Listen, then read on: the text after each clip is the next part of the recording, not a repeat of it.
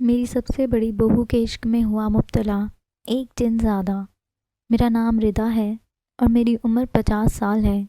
موجودہ دور میں 50 سال کی عمر کو اتنی زیادہ عمر تصور نہیں کیا جاتا، کیونکہ بیوٹی پارلرز اور جدید ٹیکنالوجی نے انسانوں، خاص طور پر خواتین کے چہرے پر سے عمر کے اثرات دور کرنے میں اہم کردار ادا کیا ہے۔ مگر کچھ لوگ ایسے بھی ہیں جو وقت کے بہاؤ میں بہتے چلے جاتے ہیں، جو سادہ زندگی جیتے ہیں اور مصنوعی پن سے پرہیز کرتے ہیں۔ میرا شمار بھی ایسے ہی لوگ میں ہوتا ہے، لہٰذا میرے چہرے پر زمانے بھر کی تلخیاں اور 50 سالہ زندگی جینے کا تجربہ چھریوں کی صورت میں دکھائی دیتا ہے۔ میں ملتان کے ایک علاقے میں پیدا ہوئی تھی اور میرا بچپن پرانے دور میں بہت سادہ زندگی میں گزرا تھا، یعنی ٹی وی، کیبل اور انٹرنیٹ جیسی سہولیات سے دور دور تک ہمارا کوئی تعلق نہیں تھا۔ میری ماں کا انتقال میری پیدائش کے دوران ہو گیا تھا، لہٰذا میرے باپ نے میری دیکھ بھال کے لیے مجھے خالہ کے گھر چھوڑ دیا تھا۔ میں وہیں پل کر جوان ہوئی تھی۔ میری خالہ بہت نیک فطرت خاتون تھیں، ان کی 2 بیٹیاں تھیں، مگر انہوں نے ہمیشہ میرا خیال اپنی بیٹیوں سے بڑھ کر رکھا تھا۔ پری اور فزینہ نے ہمیشہ مجھے بہن جیسا مان دیا تھا۔ میرے ہوش سنبھالنے کے بعد میرے ابو کا ارادہ مجھے اپنے ساتھ رکھنے کا تھا، لیکن جب انہوں نے مجھے اپنی زندگی میں خوش دیکھا تو آرام سے دوسری شادی کر لی۔ میں جو کبھی کبھار ان سے ملنے کے لیے جایا کرتی تھی، اب دوسری ماں کو گھر میں دیکھا تو وہاں جانے کا بالکل بھی نہیں دل چاہتا تھا۔ ایسا نہیں تھا کہ میرے دل میں ان کے لیے کوئی نفرت یا بغض تھا، میں نے کبھی اس گھر میں اپنی اصل ماں کو دیکھا ہی نہیں تھا، تو بھلا میرے دل میں ان کے لیے نفرت کیوں پیدا ہوتی؟ میں اپنے ابو کو نئی زندگی جیتے دیکھ کر بہت خوش ہوتی تھی، لیکن نئی ماں کا رویہ میرے ساتھ بالکل لیا دیا سا تھا۔ یہی وجہ تھی کہ ان کے سرد اور بیگانہ سے رویے کے آگے میں نے بھی ہار مان کر اس رشتے کو آگے بڑھانے کی کوشش ہی نہ کی تھی۔ کچھ دن تو ابو پہلے کی طرح ملنے کے لیے آتے رہے، لیکن جب ان کے دوسرے بچے پیدا ہو گئے تو میں جیسے ایک قصہ پارینہ بن گئی۔ میرے لیے اپنے باپ کا گھر ہی پرایا ہو گیا۔ میرے دل میں کبھی ان کے لیے کوئی میل نہیں آیا تھا، جس میں بڑا کردار میری خالہ کا تھا، جنہوں نے ہمیشہ مجھے مثبت سوچ رکھنے کی تلقین کی تھی اور کسی کے لیے بھی دل میں نفرت رکھنے سے منع کیا تھا۔ وقت اسی طرح گزرتا رہا۔ خالہ نے باری باری ہم تینوں بہنوں کی شادی کر دی۔ اس طرح ہم اپنے گھر بار کی ہو گئیں اور ذمہ داریوں میں اس طرح کھو گئی کہ ایک روز فون پر خالہ کے انتقال کی اطلاع ملی تو ہمیں احساس ہوا کہ ہم وقت کی رو میں بہہ کر بہت دور آ چلے ہیں۔ ماں جیسی خالہ کو کھو دینے کا صدمہ اتنا گہرا تھا کہ میں ایک عرصے تک دکھ کی کیفیت سے نہیں نکل سکی۔ خالو کو فزینہ اپنے گھر لے گئے اور وہ ان کے ساتھ رہنے لگے۔ اس طرح وہ گھر جس میں کھیل کر میں نے اپنا پورا بچپن گزارا تھا اور اس کے چپے چپے سے میری یادیں وابستہ تھیں، جس کے آنگن میں قدم رکھتے ہی ہم بہنوں کو تحفظ اور محبت کا احساس ہوتا تھا۔ اس گھر کو ہمیشہ ہمیشہ کے لیے تالا لگ گیا۔ میکے کا دروازہ ہمیشہ کے لیے بند ہو جانا کیسا ہوتا ہے، یہ میں نے اب جانا تھا۔ جب بھی دل میں اس قسم کے خیالات آتے، سانس رک سی جاتی تھی اور دل جیسے اندھیروں میں ڈوب جاتا، مگر اپنے بیٹے فہد کی خاطر میں نے خود کو سنبھال لیا، اور بھلا یہ ذمہ داریاں ہمیں کہاں غم منانے کی فرصت دیتی ہیں۔ ماں یا باپ ہونے کی ذمہ داری جب سر پر ہو تو انسان خوشی تو دور کی بات غم بھی منانا بھول جاتا ہے۔ کچھ ایسا ہی حال میرا تھا۔ میرے سسرال میں کوئی نہیں تھا۔ ساس سسر میرے جیٹھ کے ساتھ دوسرے شہر میں رہتے تھے۔ اسرار کی نوکری کی وجہ سے ہم اس شہر میں رہتے تھے۔ وقت تیزی سے گزر رہا تھا۔ فہد بڑا ہوا اور اپنی تعلیم کے لیے زینے کامیابی سے طے کرتا رہا۔ وہ اپنی تعلیم مکمل کرنے کے بعد ایک اچھی نوکری کرنا چاہتا تھا۔ ہم دونوں میاں بیوی نے بھی یہ خواب سجایا تھا کہ بیٹا ایک اچھے خوشحال زندگی گزارے، جو حسرت اب ہم دل میں لیے پوری زندگی گزار گئے تھے، ایسی کوئی بھی حسرت اس کے دل میں پروان نہ چڑھے۔ جب اس نے اپنی تعلیم مکمل کر لی تو ایک روز وہ میرے اور اسرار کے سامنے سر جھکائے کھڑا تھا۔ میں اپنے بیٹے کا ہر انداز جانتی تھی اور ہر تاثر پہچانتی تھی، لہٰذا میں سمجھ گئی تھی کہ معاملہ غیر معمولی ہے۔ تو میں نے اس سے پوچھا، کیا بات ہے بیٹا، سب خیر تو ہے؟ یہ سن کر وہ کچھ دیر خاموش رہا، جیسے دل ہی دل میں الفاظ ترتیب دے رہا ہو۔ میں سخت بے چین تھی کہ نہ جانے وہ ایسی کون سی بات کرنے والا ہے جس کے لیے الفاظ نہیں مل رہے۔ جب وہ بولا تو مجھے ایسے لگا جیسے کسی نے مجھے ایک بلند عمارت سے نیچے دھکیل دیا ہو، جیسے ایک درخت کو صدیوں لگا کے پروان چڑھایا اور پھر 1 منٹ میں اسے اکھاڑ کر پھینک دینے کی بات کی جا رہی ہو۔ میرا دل غم اور غصے سے بے چین ہو گیا۔ امی اور ابو، میں نے نوکری حاصل کرنے کے لیے ہر کوشش کر لی ہے، رشوت اور سفارش کی، اب مجھے اجازت نہیں دیتے، اس لیے میں یہ ملک چھوڑ کر جا رہا ہوں۔ باہر جا کر نوکری کروں گا، اچھے پیسے کماؤں گا اور آپ دونوں کو بھی جلد ہی وہاں بلانے کی کوشش کروں گا۔ مجھے امید ہے کہ آپ دونوں میرے فیصلے کو تسلیم کریں گے اور مجھے دعائیں دے کر رخصت کریں گے۔ مجھے فہد سے ہرگز ایسی امید نہیں تھی۔ اس سے پہلے کہ میں کچھ بولتی، اسرار بول پڑے، کیا یہ تمہارا آخری فیصلہ ہے؟ ان کے چہرے کا رنگ بھی ایک دم سے اڑ گیا تھا، مگر انہوں نے اپنے حوصلوں کو بلند ہی رکھا تھا، جبکہ میں فوراً رونے لگی۔ امی پلیز چپ ہو جائیں، آپ کو روتا دیکھ کر میرے دل کو کچھ ہو رہا ہے، میں رک نہیں سکتا۔ امی پلیز میری بات سمجھیے، میں تمام کارروائی مکمل کر چکا ہوں، مجھے امید ہے کہ جلد ہی مجھے ویزا لگ جائے گا۔ وہ اپنی بات مکمل کر کے مجرموں کی طرح سر جھکا کر بیٹھ گیا، جبکہ میرا دل اس بات کو تسلیم کرنے کو ہی تیار نہیں تھا کہ فہد اپنی زندگی کا اتنا بڑا فیصلہ ہم سے مشورہ کیے بغیر کیسے کر سکتا ہے۔ رات کو میں نے جب اس بات کا ذکر اسرار سے کیا تو وہ بولے، یہ ہمارا دور نہیں ہے بیگم، یہ ہمارے بچوں کا نیا دور ہے، جس سے وہ کوئی بھی فیصلہ اپنی مرضی کے مطابق کر سکتے ہیں اور اس فیصلے کو اچھے طریقے سے نبھا بھی سکتے ہیں۔ بظاہر وہ مجھے تسلی دے رہے تھے، مگر در حقیقت ان کا دل بھی دکھ رہا تھا۔ وہ مجھے مزید سمجھاتے ہوئے بولے، جو پرندے پرواز کرنا چاہیں انہیں قید کر کے کبھی بھی ان کی محبت حاصل نہیں کی جا سکتی، اور ہمارا بیٹا تو اپنے بہترین مستقبل کی تلاش میں دیار غیر جانا چاہتا ہے۔ تم اسے روک کر یا کسی قسم کی بدمزگی پیدا کر کے خود سے متنفر نہ کرو، اسے دعائیں دے کر رخصت کرو، یہی ہمارے اور اس کے حق میں بہتر ہے۔ اسرار نے نہ جانے کس دل سے یہ کہہ کر میری شکایات کو عارضی نیند سلا دیا تھا۔ مزید کچھ دیر باتیں کرنے کے بعد وہ تو سو گئے، مگر میرے لیے آنکھیں بند کرنا بھی جیسے عذاب ہو گیا۔ وہ پوری رات میری آنکھوں میں ہی کٹ گئی۔ شام کا وقت تھا، میں کھانا بنا رہی تھی، بیرونی دروازے پر دستک ہوئی تو میں نے چولہے کی آنچ ہلکی کی اور کچن کے دروازے پر لٹکایا ہوا دوپٹہ اوڑھ کر دروازہ کھولنے کے لیے چل دی۔ جب میں نے دروازہ کھولا تو سامنے فہد کے ساتھ ایک ماڈرن لڑکی کو دیکھ کر میرے قدموں تلے سے زمین نکل گئی۔ اس نے ایک اونچی سی سلیو لیس شرٹ پہنی ہوئی تھی اور ٹراؤزر کے پانچے اتنے اونچے تھے کہ پنڈلیاں صاف دکھائی دے رہی تھیں۔ اسے دیکھ کر میرا سر شرم سے جھک گیا۔ میں نے سر اٹھا کر گلی میں دیکھا تو بہت سے بچے اور عورتیں کھڑے ہو کر اس عجوبے کو دیکھ رہے تھے۔ ان کی مذاق اڑاتی نظریں اور مسکراہٹ دیکھ کر میرا سر شرم سے جھک گیا، جو فہد کے ساتھ بڑے مزے سے کھڑی تھی۔ صدیاں لگیں ہمیں عزت کو بنانے کے لیے، وہ پل میں ملیاں مٹ ہو رہی تھی۔ میرا جی چاہا زمین پھٹ جائے اور میں اس میں سما جاؤں۔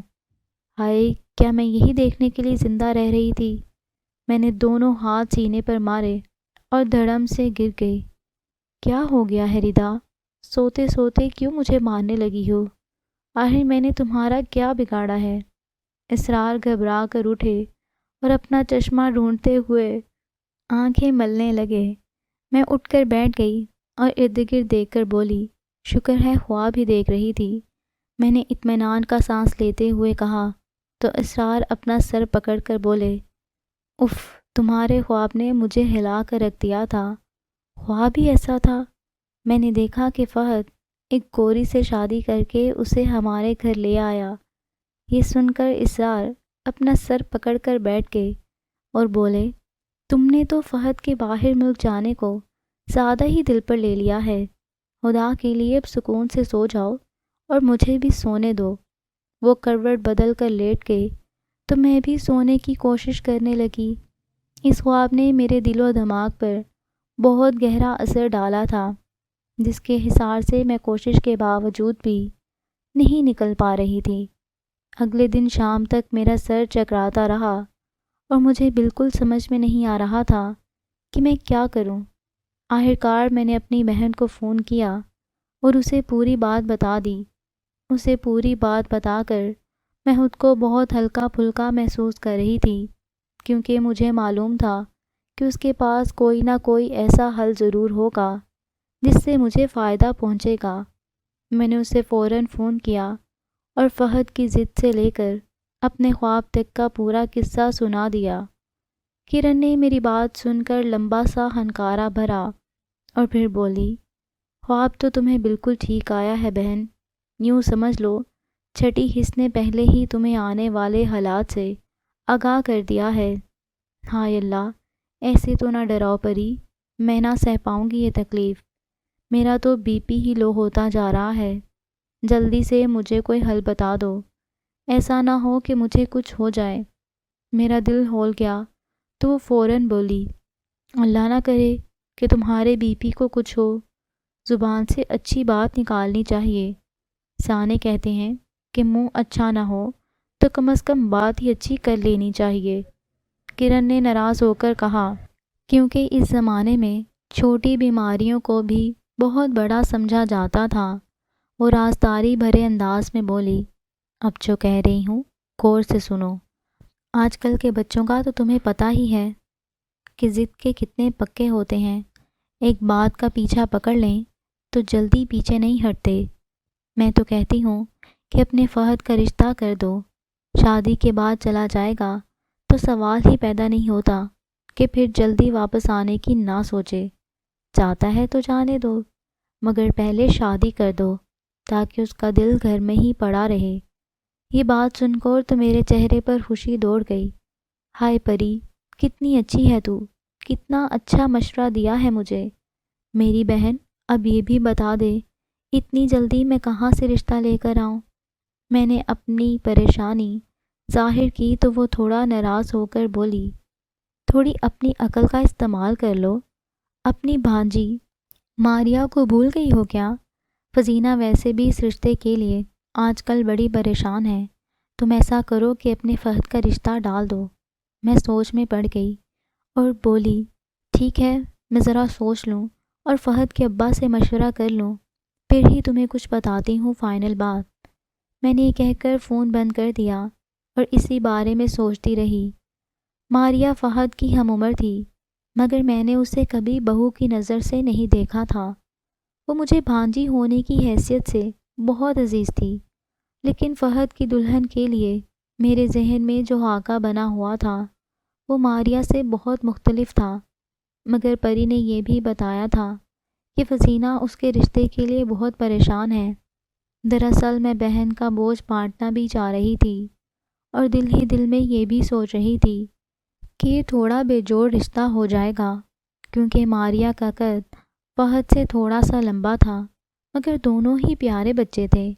میں نے اس بارے میں اسرار سے بات کی تو انہوں نے سارا معاملہ ہی میرے سر ڈال دیا کہ جیسے بہتر لگے وہی کرو۔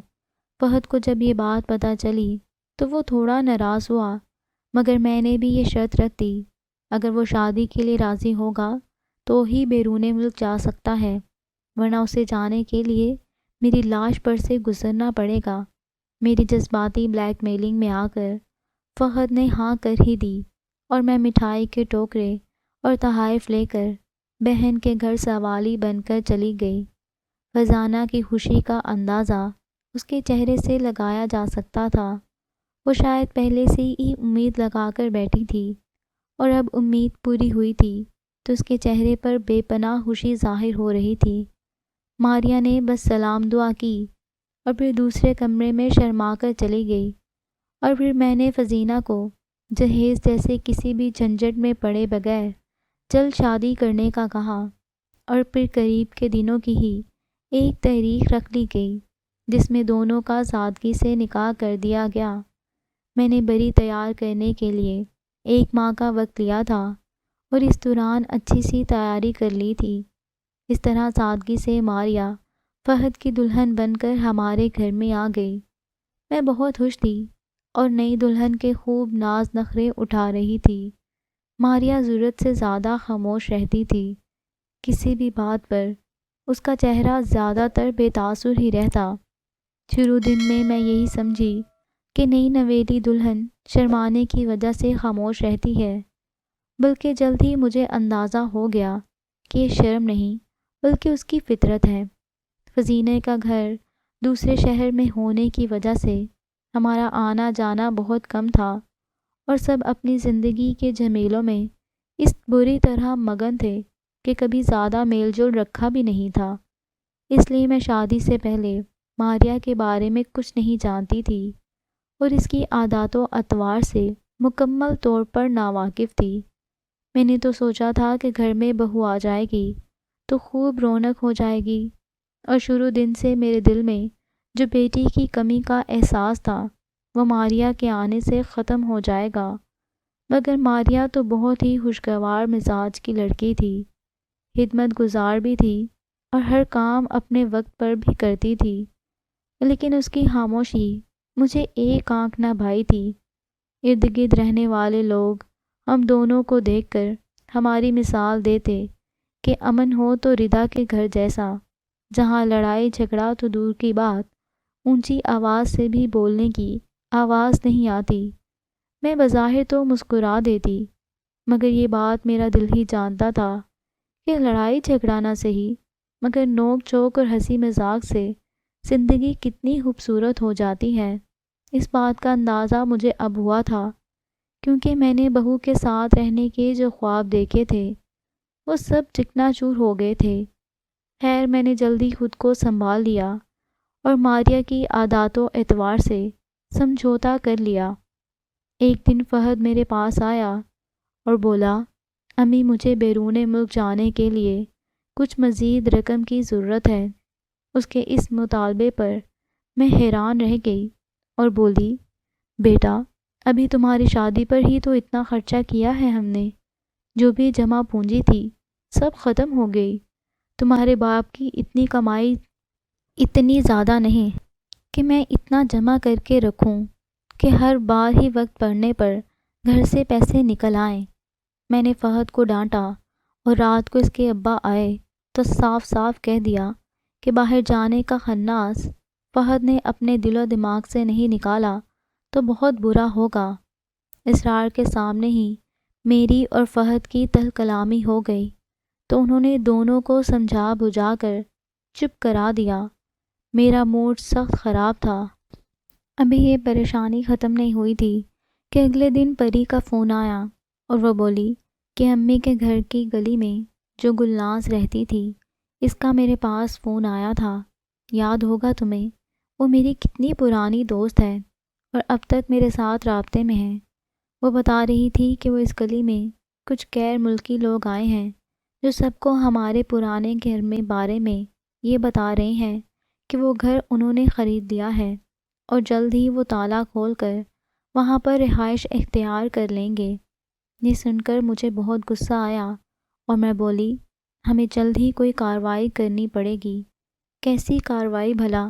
مکان کے کاغذات تو ہمارے پاس ہی نہیں، اور امی بتاتی تھیں کہ ان کے گھر کے کاغذات کہیں گم ہو گئے تھے جس کے بعد دوبارہ نہیں بنوائے۔ پری کی بات سن کر مجھے یاد آیا کہ واقعی گھر کے کاغذات ہمارے پاس موجود نہیں تھے۔ فون بند ہونے کے بعد میں بھی پریشان ہو گئی اور دل ہی دل میں اس مسئلے کا حل تلاش کر رہی تھی کہ فزینہ کا میرے پاس فون آ گیا۔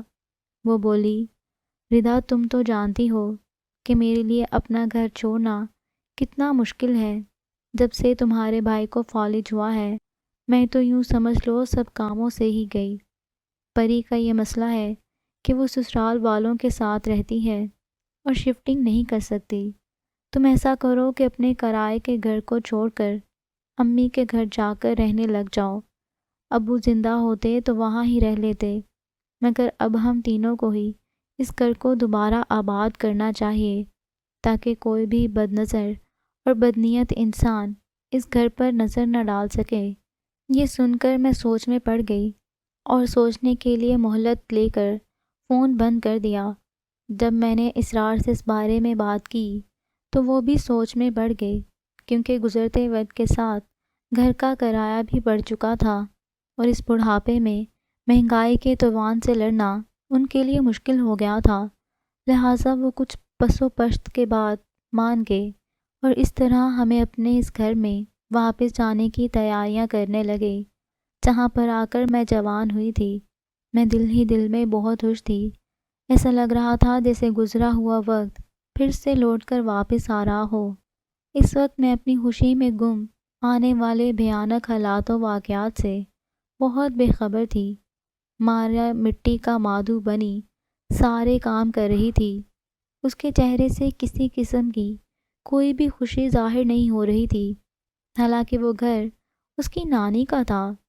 آخرکار ایک ہفتے بعد ہی ہم گاڑی میں سامان رکھے تپتی دھوپ میں خالہ کے گھر پر لگا موٹا بھاری اور زنگآلود تالا کھولنے کی کوشش کر رہے تھے۔ کافی دیر کی تگدو کے بعد آخرکار وہ کھل ہی گیا اور ہم جیسے ہی اندر داخل ہوئے، ہمارا استقبال مٹی سے اٹے ہوئے گھر نے کیا تھا۔ اگلے 2 گھنٹے میں وہاں صاف ستھرائی کرنے میں لگ گئے۔ ہم چاروں نے مل کر گھر کو خاصا صاف کر دیا تھا، مگر صفائی کرنے کے باوجود گھر کی ویرانی ذرا برابر بھی کم نہ ہوئی تھی۔ مجھے شدت سے خالہ اور خالو یاد آ رہے تھے۔ کچھ دیر بعد میں سونے کے لیے اٹھ کھڑی ہوئی اور ماریا نے کچن سیٹ کرنا شروع کر دیا۔ 1 ہفتہ ہمیں گھر کی سیٹنگ میں لگ گیا تھا، اور جب ہم فارغ ہوئے تو میں نے سکون کا سانس لیا کہ زندگی اب اپنی روٹین پر آ جائے گی۔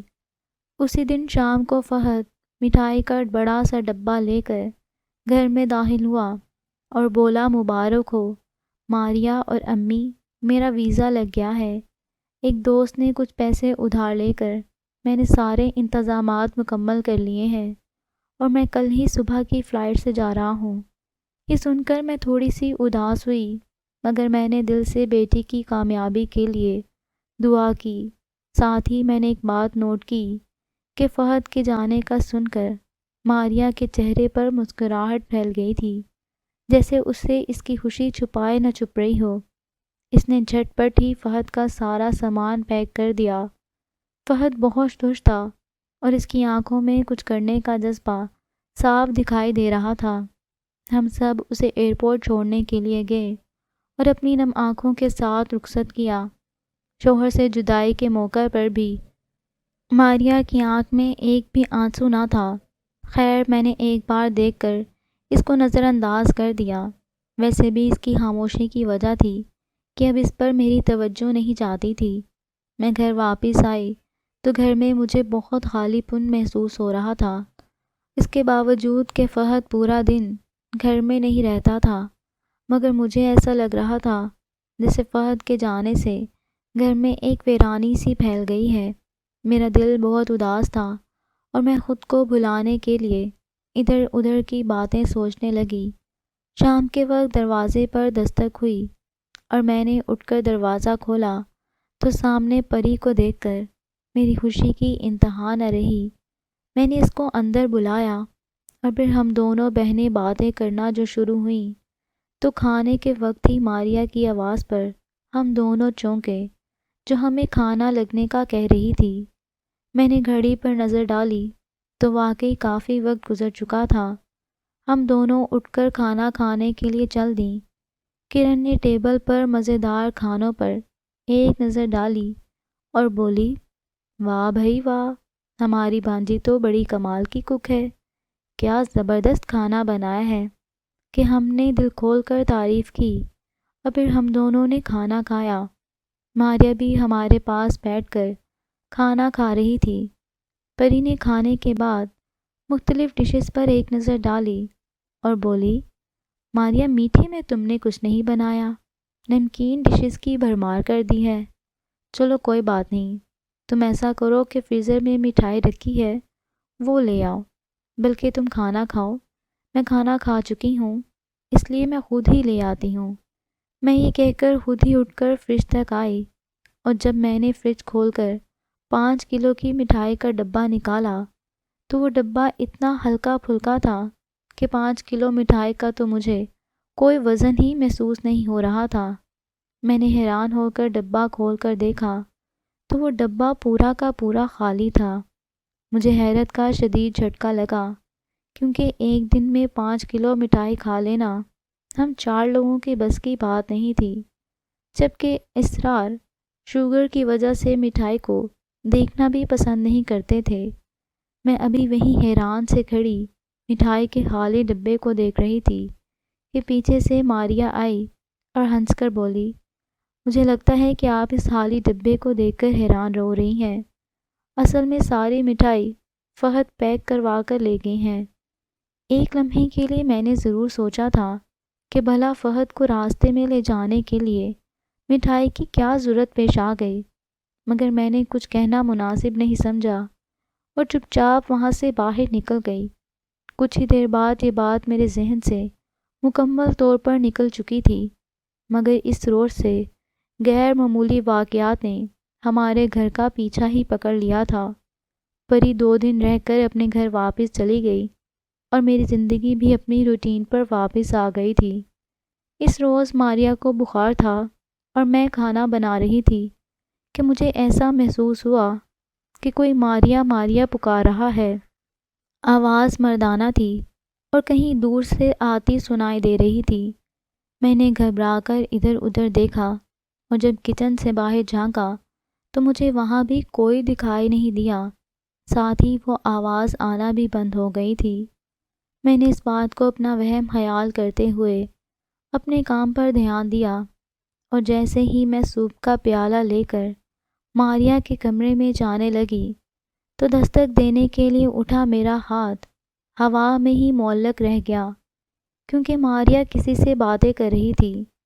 وہ ایک ایسی زبان بول رہی تھی جس کے بارے میں مجھے کوئی علم نہیں تھا، اور تمام الفاظ واضح طور پر سننے کے باوجود میں ان کا مطلب نہیں سمجھ پا رہی تھی۔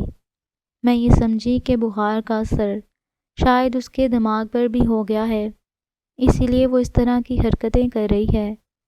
میں بنا دستک دیے ہی جلدی سے کمرے کا دروازہ کھول کر اندر داخل ہوئی تو ماریا اپنے لمبے لمبے بال پھیلائے بیٹھی ہوئی تھی۔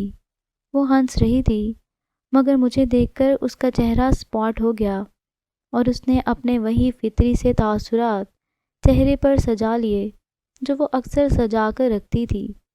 کیا ہو گیا ہے ماریا؟ سب خیر تو ہے نا؟ میں نے آگے بڑھ کر اس سے پوچھا تو اس کا انداز عجیب اور بیگانہ سا ہو گیا۔ وہ مکمل طور پر جیسے اپنے ہوش و حواس میں نہ ہو۔ وہ ناراض ہو گیا ہے مجھ سے، یہ کہہ کر ماریا زاروں قطار رونے لگی۔ ماریا ماریا تم ہوش میں تو ہو؟ فہد سے تمہاری بات ہوئی ہے کیا؟ وہ بھلا تم سے کیوں ناراض ہوگا؟ میرا بیٹا ایسا نہیں ہے۔ میں نے اپنے تئیں اسے سمجھانا چاہا، مگر وہ تو جیسے کچھ سننے یا سمجھنے کی حد سے باہر ہو چکی تھی۔ اس نے دونوں ہاتھوں میں سے اپنے بال نوچ لیے اور بری طرح کھینچنے لگی۔ میرے دل کو کچھ ہو رہا تھا۔ ماریا یہ تم کیا کر رہی ہو؟ میری برداشت ختم ہو چکی تھی اور میں نے اسے تھپڑ دے مارا۔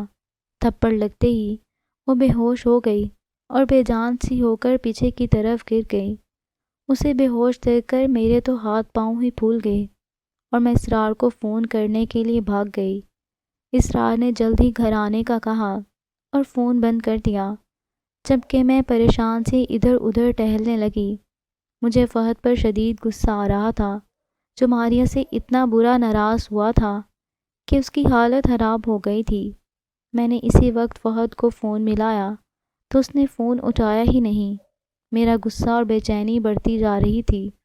میں نے دوبارہ کال ملائی تو فہد نے نیند میں ڈوبی ہوئی آواز کے ساتھ فون اٹھایا اور کہا، کیا ہوا امی؟ خیر تو ہے؟ یہاں پر اتنی گہری رات ہو رہی ہے، آپ نے اس وقت فون کیوں کیا؟ میں غصے میں بولی، اپنے سوال جواب بعد میں کر لینا، پہلے میری بات سن لو۔ تم ماریا سے کس وجہ سے ناراض ہوئے ہو؟ اس کی طبیعت بہت زیادہ خراب ہو گئی ہے۔ تم دونوں کے درمیان جو بھی غلط فہمی ہے اسے جلد از جلد دور کر لو، ورنہ ماریا کی بگڑتی حالت کے پیش نظر اس کے ذمہ دار تم ہوگے۔ اور یاد رکھو کہ تم اگر میرے بیٹے ہو تو وہ میری بھانجی ہے، جس کے ساتھ میں کوئی ناانصافی نہیں ہونے دوں گی۔ میری بات سن کر وہ حیران ہو کر بولا، امی یہ آپ کیا کہہ رہی ہیں؟ مجھے کچھ سمجھ نہیں آ رہا۔ ماریا سے آخر میری کب لڑائی ہوئی ہے؟ آپ کے سامنے ہی تو میں اس سے مل کر آیا تھا۔ ہم دونوں کے درمیان کوئی غلط فہمی نہیں ہے۔ ماریا کی طبیعت ٹھیک نہیں ہے کیا؟ ہاں اس کی طبیعت خراب ہے، میں اسے دوا دے دیتی ہوں۔ مجھے غلط فہمی ہوئی ہے، تم اس کی طرف سے بے فکر رہنا، میں اس کا پورا خیال رکھوں گی۔ اچھا تم اب سو جاؤ، خدا حافظ۔ یہ کہہ کر میں نے فون بند کر دیا۔ میرا سر درد سے پھٹا جا رہا تھا، کچھ ایسا تھا جو میری نگاہوں سے اوجھل تھا۔ میں یہ بات شدت سے محسوس کر رہی تھی۔ اس وقت اسرار گھر میں داخل ہوئے۔ انہوں نے اپنے ہاتھ میں پکڑی گاڑی کی چابی ٹیبل پر رکھی اور تیزی سے میری طرف آ کر پوچھا، ماریا کی طبیعت اب کیسی ہے؟ مجھے نہیں معلوم کیونکہ میں دوبارہ اس کے کمرے میں نہیں گئی۔ اوہ، تمہیں وہاں جا کے اسے دیکھنا چاہیے تھا، اسرار نے ناراضگی سے کہا۔ تو میں بولی، سچ تو یہ ہے کہ مجھے وہاں جاتے ہوئے ڈر لگ رہا ہے۔ اس کی حالت بہت عجیب تھی جسے میں لفظوں میں بیان نہیں کر سکتی۔ مجھے تو جنات کا سایہ لگتا ہے۔ بس کر دو، بچوں جیسی باتیں نہ کرو اور میرے ساتھ ماریا کے کمرے میں چلو۔ میں چپ چاپ ان کے ساتھ چل کر ماریا کے کمرے تک آئی اور دستک دے کر جب ہم نے اندر قدم رکھا تو ماریا ڈریسنگ کے سامنے کھڑی اپنے بال بنا رہی تھی۔ اس نے حیران ہو کر ہم دونوں کو دیکھا اور بولی، کیا ہوا ہے امی ابو؟ آپ کو کوئی کام تھا تو مجھے بلا لیا ہوتا۔ ماریا نے حیران ہو کر پوچھا۔ اسرار اور میں نے حیران ہو کر ایک دوسرے کو دیکھا۔ تمہاری طبیعت اب کیسی ہے؟ ہم تو تمہیں دیکھنے کے لیے آئے ہیں۔ ردا نے مجھے بتایا تھا کہ تمہاری طبیعت ٹھیک نہیں ہے، اس لیے میں آفس سے گھر آیا ہوں۔ اگر تم اچھا محسوس نہیں کر رہی ہو بیٹا تو چلو میں تمہیں ہاسپٹل لے جاتا ہوں، اسرار نے شفقت بھرے انداز میں کہا۔ تو ماریا ہنس پڑی اور بولی، مجھے کیا ہوا ہے؟ امی آپ کو ضرور کوئی غلط فہمی ہوئی ہے۔ ہاں شاید ایسا ہی ہے، میں نے کہا اور اسرار کا ہاتھ پکڑ کر میں وہاں سے نکل گئی۔ ہم دونوں ہی حیرت کے سمندر میں غوطہ زن تھے اور اب اسرار بھی میری بات سے اتفاق کر رہے تھے۔ معاملہ نازک ہے، ہمیں کسی عامل سے مل کر اس بارے میں بات کرنی چاہیے۔ اسرار نے مجھے کہہ کر تسلی دی کہ وہ جلد ہی اپنے کسی جاننے والے سے ایک اچھے عامل کے بارے میں معلوم کریں گے۔ فہد کے جانے کا غم بھول کر میں تو ماریا کی وجہ سے بہت زیادہ پریشان ہو چکی تھی۔ بہت دل چاہا کہ فزینہ سے بات کروں اور اسے اس کی بیٹی کی حالت سے باخبر کروں، لیکن پھر میں نے اسے پریشان کرنا مناسب نہیں سمجھا۔ لیکن میں نے پری کو پوری بات بتا دی، وہ بھی حیرت اور پریشان رہ گئی تھی۔ اس دن کے بعد سے عجیب و غریب واقعات نے گھر میں جڑ ہی پکڑ لی تھی۔ وہ ایک جمعے کا دن تھا۔ میں کچن میں کھانا بنا کر جیسے ہی فارغ ہوئی کچھ دیر آرام کرنے کے لیے اپنے کمرے میں چلے گئے، کیونکہ میری ٹانگوں میں بہت درد محسوس ہو رہا تھا۔ جسم میں وہ پہلی والی ہمت اور طاقت ہی نہیں تھی، لہٰذا کچھ دن کام کرنے کے بعد ہی میں شدید تھکن محسوس کرنے لگی تھی۔ ابھی بھی مجھے ہی کچھ دیر گزری ہی تھی کہ مجھے اپنے دل میں شدید گھٹن اور گھبراہٹ محسوس ہوئی۔ میں پانی پینے کے لیے اپنے بستر سے اٹھ کھڑی ہوئی اور پھر باہر چلی آئی۔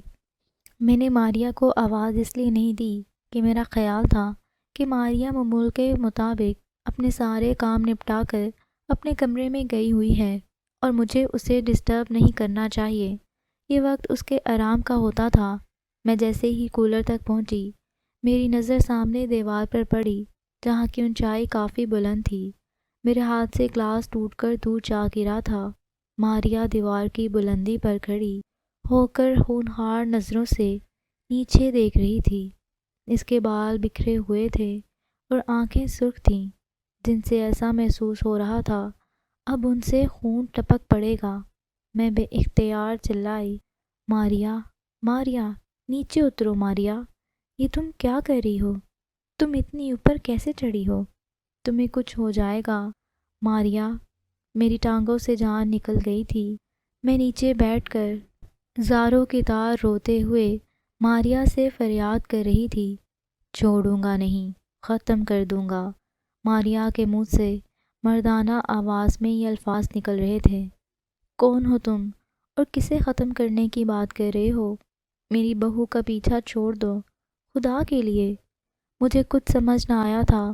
میں ہاتھ جوڑ کر اس نادیدہ مخلوق سے معافی مانگنے لگی تھی جو اس وقت ماریا کے جسم پر حاوی تھی اور اب نہ جانے کون سے انتقام کی بات کر رہی تھی۔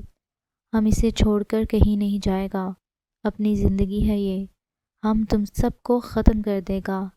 ماریا ایسی مردانہ آواز میں پھر سے چیخ کر بولی تو مجھے ایسا محسوس ہو رہا تھا کہ جیسے آج میرا زندگی کا آخری دن ہے اور سچ میں جو بھی بلا تھی مجھے ختم کر کے ہی دم لے گی۔ میں دل ہی دل میں کلمہ پڑھنے لگی، جتنی دعائیں مجھے یاد تھیں پڑھ کر ماریا کے اوپر پھونکنے لگی۔ مجھے اچھی طرح احساس ہو گیا تھا کہ بلا منت سماجت کرنے سے ہرگز بھی نہیں ٹلنے والی تھی۔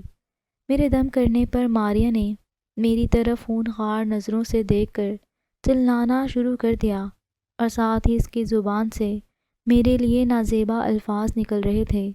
جب میں نے چوتھی بار اس کے اوپر دم کیا تو وہ جن اس کے اوپر سے فرار ہو گیا اور ماریا لہلا کر زمین پر آ گری۔ اب ماریا ذہن میں بے جان سی پڑی ہوئی تھی۔ میں دوڑ کر اس کے پاس گئی اور اسے ہلانے لگی۔ وہ بے ہوش ہو چکی تھی۔ میرا دل اسے دیکھ کر بیٹھا جا رہا تھا۔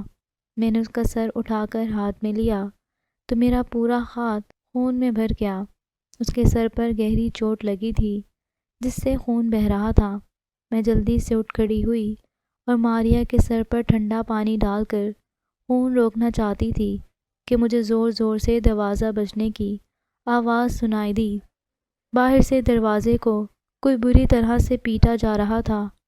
میں نے جا کر دروازہ کھولا تو باہر محلے والے کھڑے تھے۔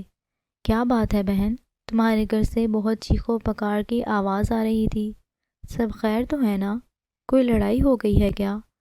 پہلے تو بہن تمہارے گھر سے بولنے کی بھی آواز نہیں آتی تھی، اب ایک دم سے ایسے چیخو پکار بچائی ہے کہ سن کر ہم تو فوراً ہی دوڑ پڑے، مگر تم تو دروازہ کھولنے میں ہی نہیں آ رہی تھی۔ لوگوں کی ملی جلی آوازیں تھیں۔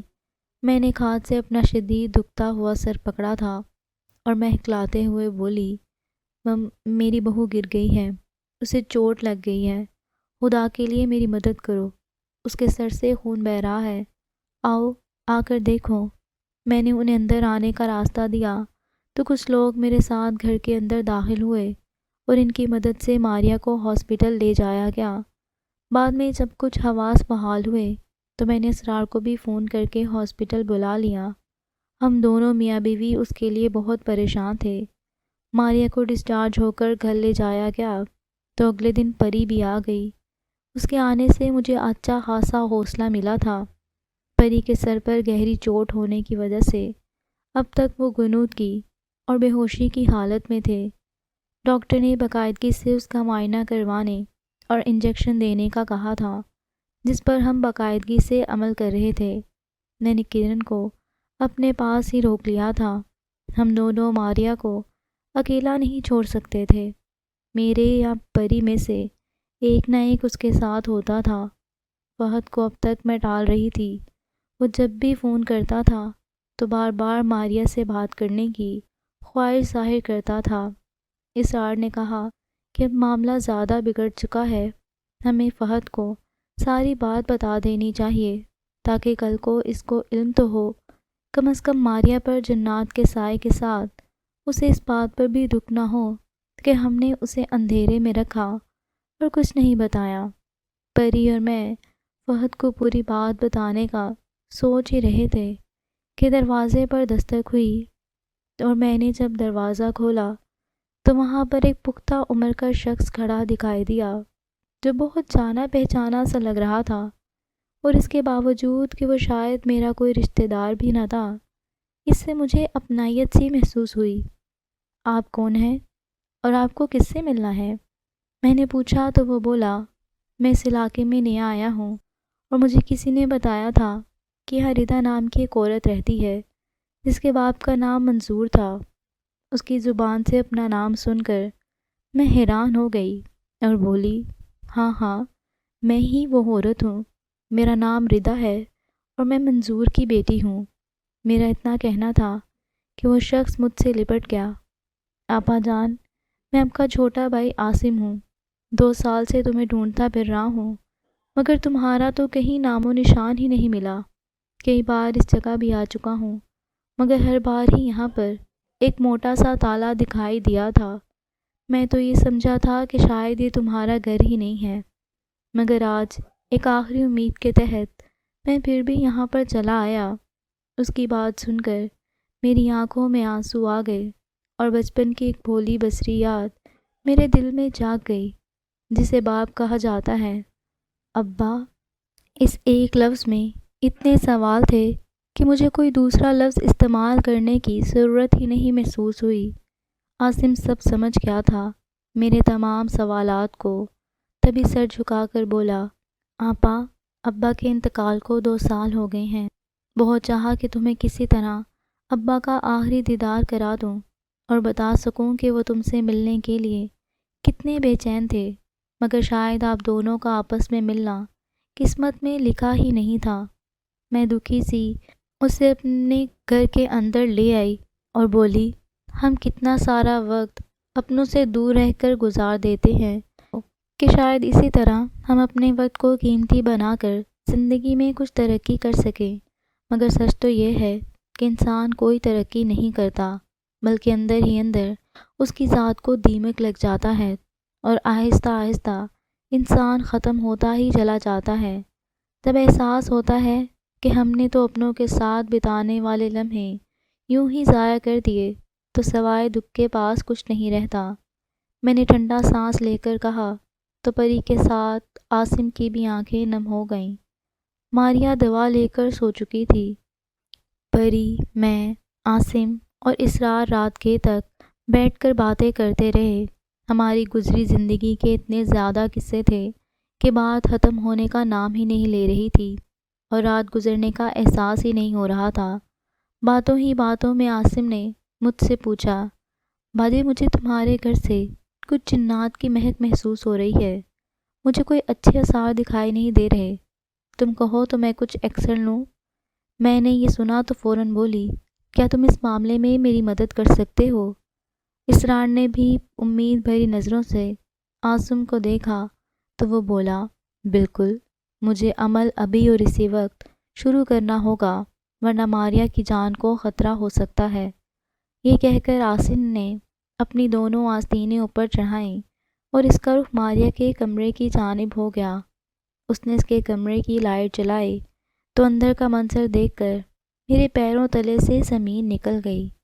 اس سے پہلے کہ میں چیخ مارتی، عاصم نے ہاتھ کے اشارے سے مجھے کمرے سے باہر جانے کا کہہ دیا۔ تم اندر کیا دیکھ کر آئی ہو؟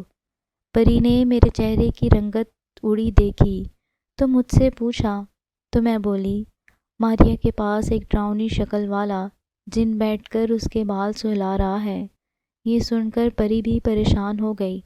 اندر کمرے میں سے صرف چلانے کی آوازیں آ رہی تھیں۔ عاصم نے پڑھائی شروع کی تو وہ جن جو دراصل ماریا کا عاشق تھا اب ماریا کے اندر آ گیا تھا اور اب ماریا مردانہ آواز میں چلا رہی تھی، ہم اسے لے کر جائے گا، ہم ماریا کو لے کر جائے گا، ماریا ہماری ہے، ماریا اپنا جگر ہے، ہم اسے نہیں چھوڑے گا، ہم تمہیں جان سے مار دے گا۔ مگر عاصم نے اس کی کسی بات پر کان نہیں دھرا اور اپنی پڑھائی جاری رکھی۔ دوسری طرف کمرے سے باہر میں، پری اور اسرار بھی پڑھائی میں مصروف تھے۔ ہم جلد از جلد اس مصیبت سے چھٹکارا چاہتے تھے۔ وہ پوری رات کسی طوفان سے کم نہیں تھی اور ہم سب دعا کر رہے تھے کہ صبح ہونے تک ہم اس آفت سے نجات حاصل کر لیں۔ رات کا آخری پہر تھا اور عاصم اب تک ماریہ کے کمرے سے باہر نہیں نکلا تھا۔ میرا تو دل ہی بیٹھا جا رہا تھا۔ رات کا اندھیرا ختم ہوا اور صبح کی روشنی پھیلنے لگی تو عاصم ماریہ کے کمرے سے باہر نکلا۔ میں اور پری جو باہر ہی کرسی پر بیٹھے ہوئے تھے، ہم فوراً اٹھ کر بے قراری سے پوچھنے لگی، ماریہ کیسی ہے؟ ماریہ ٹھیک ہے، اس کی حالت پہلے سے بہتر ہے، آپ لوگ اندر جا کر اسے دیکھ سکتی ہیں۔ ہم دونوں ڈرتے ہوئے کمرے میں داخل ہوئیں تو یہ دیکھ کر حیران رہ گئیں۔ عاصم نے ماریہ کو رسیوں میں جکڑا ہوا تھا، اس مضبوطی سے باندھا گیا تھا کہ وہ ہلنے جلنے سے بھی قاصر تھی۔ عاصم ہمارے پیچھے کمرے میں آیا اور بولا، آپ لوگ پریشان نہ ہوں، یہ ماریہ کو نہیں بلکہ دراصل اس کے عشق کو باندھا گیا ہے۔ جب تک وہ سچی توبہ نہ کر لے اور دوبارہ یہاں رخ نہ کرنے کا وعدہ نہ کر لے، وہ اسی طرح جکڑا رہے گا۔ مزے کی بات یہ ہے کہ سزا اسے میری طرف سے نہیں بلکہ ان کے قبیلے کے سردار کی طرف سے دی گئی ہے، جو ایک نیدل سردار ہے اور اسے پسند نہیں ہے کہ کوئی بھی جن انسانوں کی دنیا میں جا کر تباہی مچائے یا کسی بھی انسان کی زندگی میں مداخلت کرے۔ یہ معاملہ اتنا سیدھا نہیں تھا جتنی جلدی حل ہو رہا ہے۔ ہمیں خدا کا شکر ادا کرنا چاہیے کہ یہ معاملہ ایک ہی رات میں حل ہو گیا ہے۔ عاصم نے پوری تفصیل بتائی، مگر یہ سب جاننے کے باوجود بھی میں ماریہ کو اس حالت میں نہیں دیکھ سکتی تھی، لہٰذا میں کمرے سے باہر نکل گئی۔ وہ دن ہمارے لیے بہت اذیت ناک تھا۔ ایک ایک لمحہ سال کی طرح گزر رہا تھا۔ ہمیں کھانے پینے کی بالکل بھی فکر نہیں تھی۔ اسرار نے ہمیں باہر سے کھانا لا کر دیا، مگر میرے اور پری کے حلق سے ایک لقمہ بھی نہیں اترا تھا۔ ایسا ہی حال اسرار اور عاصم کا تھا۔ شام کے وقت ایک عجیب سی بو پورے گھر میں پھیل گئی تو عاصم نے ماریہ کے کمرے میں جا کر اس کو رسیوں سے آزاد کر دیا۔ 1 گھنٹے بعد اسے ہوش آیا۔ بہت دن بعد اس نے مسکرا کر میری طرف دیکھا تھا۔ اسے دیکھ کر اندازہ ہو رہا تھا جیسے وہ کسی بھاری بوجھ سے آزاد ہو گئی ہو۔ میں نے عاصم کا شکریہ ادا کیا اور کہا کہ اس نے بھائی ہونے کا فرض ادا کر دیا ہے۔ 2 دن وہ میرے پاس رہ کر اپنے گھر واپس چلا گیا۔ میں نے ماریہ کا خیال رکھنے میں کوئی کسر نہیں چھوڑی تھی، اس لیے چند ہی دنوں میں اس کے جسم میں جو کمزوری تھی وہ دور ہو گئی تھی۔ اب میرے گھر میں ماریہ کے قہقہے گونجتے ہیں اور جب وہ بولنا شروع ہوتی ہے تو اسے چپ کرانا مشکل ہو جاتا ہے۔ تنگ آ کر میں کہہ دیتی ہوں، تم جن کے ساتھ ہی ٹھیک تھی۔ میری بات سن کر وہ ہنس پڑتی ہے۔ اسے ہنستا دیکھ کر میں دل سے اس کی پرسکون زندگی کی دعائیں کرتی ہوں، ساتھ میں اپنے پیارے رشتوں کے لیے بھی دعا کرنا نہیں بھولتی جنہوں نے مشکل وقت میں میرا ساتھ نبھایا تھا۔ ختم شد۔